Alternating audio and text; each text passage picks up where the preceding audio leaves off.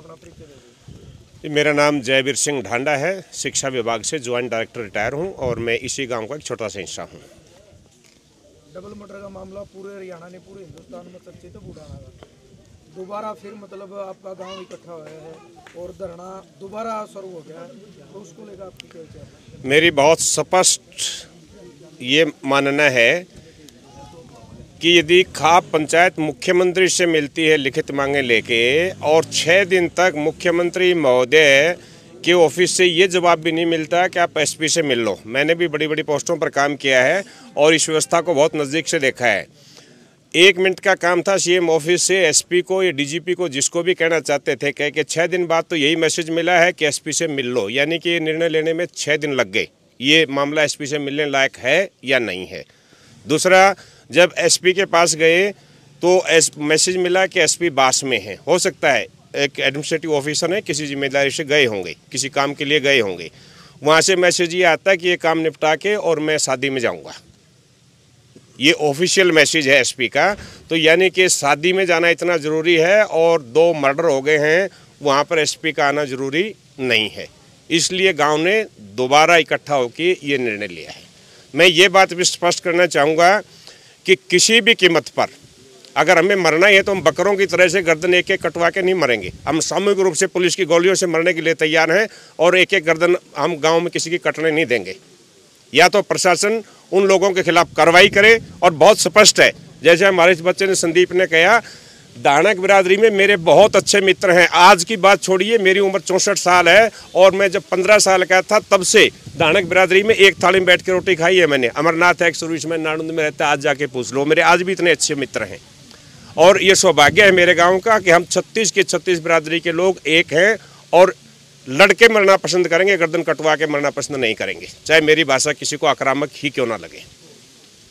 Crime branch का भी कुछ जिक्र सुना था भैया आप? जी हाँ, मैं ये स्पष्ट कर दूं कि जो चिट्ठी लेके गई थी पंचायत, उसमें ये निवेदन किया गया था कि इस मामले की क्राइम ब्रांच से जांच हो।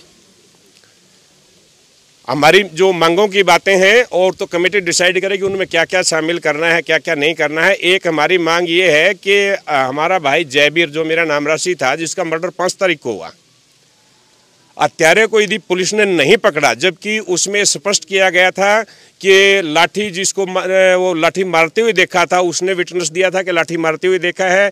सीसीटीवी फुटेज हैं उस बात की, वो लाठी लेके आते हुए रह रहे हैं। अगर उसको उसके बाद भी गिरफ्तार नहीं किया गया तो क्यों नहीं किया गया, किसकी रिस्पॉन्सिबिलिटी थी?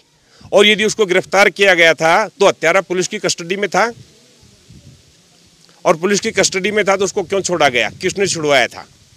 जिन पुलिस कर्मचारियों ने उसको छोड़ा, जिसके आदेश पे छोड़ा, उन सब के खिलाफ अगले मर्डर के लिए उनके अगेंस्ट केस दर्ज किया जाए। अगला मर्डर करवाने में उनकी जिम्मेदारी थी, मैं ये कहता हूं।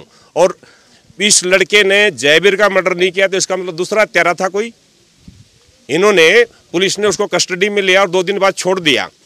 इसका मतलब उनको लगा कि इसने हत्या नहीं की तभी तो छोड़ा, तो दूसरा हत्यारा दे दे हमें। दूसरा हत्यारा कौन है? और ये हत्यारा है तो फिर दूसरी हत्या जो हमारे बहू कृष्णा की हुई है, उसके लिए पुलिस कर्मचारी भी उतने ही जिम्मेदार हैं जितना कि हत्यारा। एसपी साहब ने जब प्रेस कॉन्फ्रेंस करी, जिस दिन नाम उजागर कराया मुख्य आरोपी का, उस दिन मीडिया ने सवाल पूछा एसपी साहब से कि आपने पहले मर्डर में जब ये अनूप को उठाया तो उसके बाद छोड़ा क्यों? अगर आप पहले में ही कार्रवाई करते तो शायद कृष्णा की जान ना जाती। तो उस पर एसपी साहब ने मतलब साफ जवाब नहीं दिया। उन्होंने ये कहा कि इस तरीके की तो कोई बात नहीं। इस पे तो मीडिया ने सवाल किया था और एसपी ने जवाब दिया, तो मीडिया खुद ही विचार कर ले। मैंने अपनी बात बहुत साफ और स्पष्ट शब्दों में कह दी है। मीडिया ने सवाल किया था तो मीडिया उससे दोबारा सवाल करे। मैं ये भी स्पष्ट करना चाहता हूँ, एसपी मालिक नहीं होता, is government servant. We all are public and SP, not SP, even the highest post sitting on in the chair, they all are public servant and this is the behaviour of the public servant when the villager, sorry मैं अंग्रेजी में बोल के माफ़ी चाहूँगा, मैं हिंदी में बोलना चाहूँगा इन बातों को, हाँ गलती होगी मेरे से। एसपी हो या कोई भी कर्मचारी हो, कितने भी बड़े पद पर बैठा, वो जनता का नौकर है। और मुख्यमंत्री के आदेश के बाद इस खाप के प्रतिनिधि एसपी से मिलने गए थे और एसपी ने मिलने से मना कर दिया। मैं इस मीडिया के माध्यम से सीएम साहब से भी ये कहना चाहता हूं कि अगर आपसे बड़े एसपी होते हैं तो मुख्यमंत्री क्यों बनने हो, एसपी क्यों नहीं लग जाते? एसपी लग जाना चाहिए अगर एसपी सीएम से बड़ा है तो। या फिर सीएम ऑफिस से झूठ बोली गई है कि हमने कह दिया और जाके मिलो। अब ये भी सीएम साहब चेक कर लें कि वहाँ से झूठ बोली गई है या एसपी ने सीएम के कहने के बाद भी मिलना उचित नहीं समझा। ये किसका जवाब था जी कि उसके बाद शादी में जाएंगे, मतलब ये हाँ, मर्डर में मैं बहुत जिम्मेदारी से कह रहा हूँ, सिविल ड्रेस में एक सब इंस्पेक्टर था, कोई नाम मुझे नहीं पता उनका, मैं नाम भी जरूरी हुआ तो बता दूंगा। और मैं जिम्मेदारी से कह रहा हूँ कि उसने ये कहा कि हमने एसपी के मोबाइल पे मैसेज भेज दिया है और एसपी साहब का ये जवाब आया है कि बुडाना की पंचायत से मैं 3-4 बार मिल चुका हूँ और कोई नई बात होगी तो वो मंडे को आके मिले। मैं इस बास में जिस भी कार्य के लिए गया हूँ उसके बाद शादी में जाना है। सर ये जो धरना है कितने दिन लगा आपने निर्णय लिया है? इतने जब तक या तो हम जिंदा हैं तब तक धरना चलेगा। हो सकता है कि हम सबको ये पुलिस ही मरवा दे,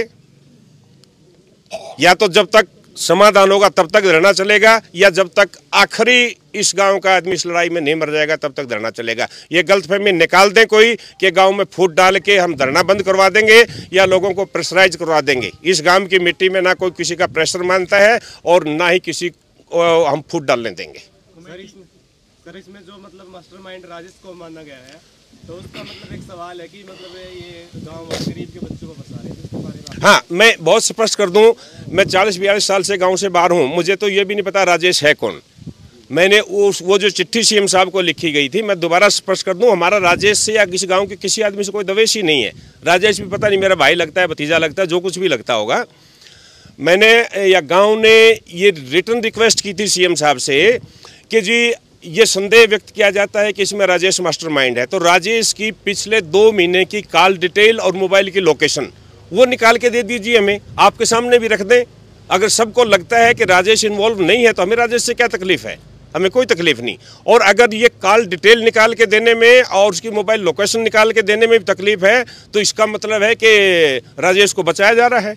कौन बचा रहा है, आप ही बता दीजिए मुझे।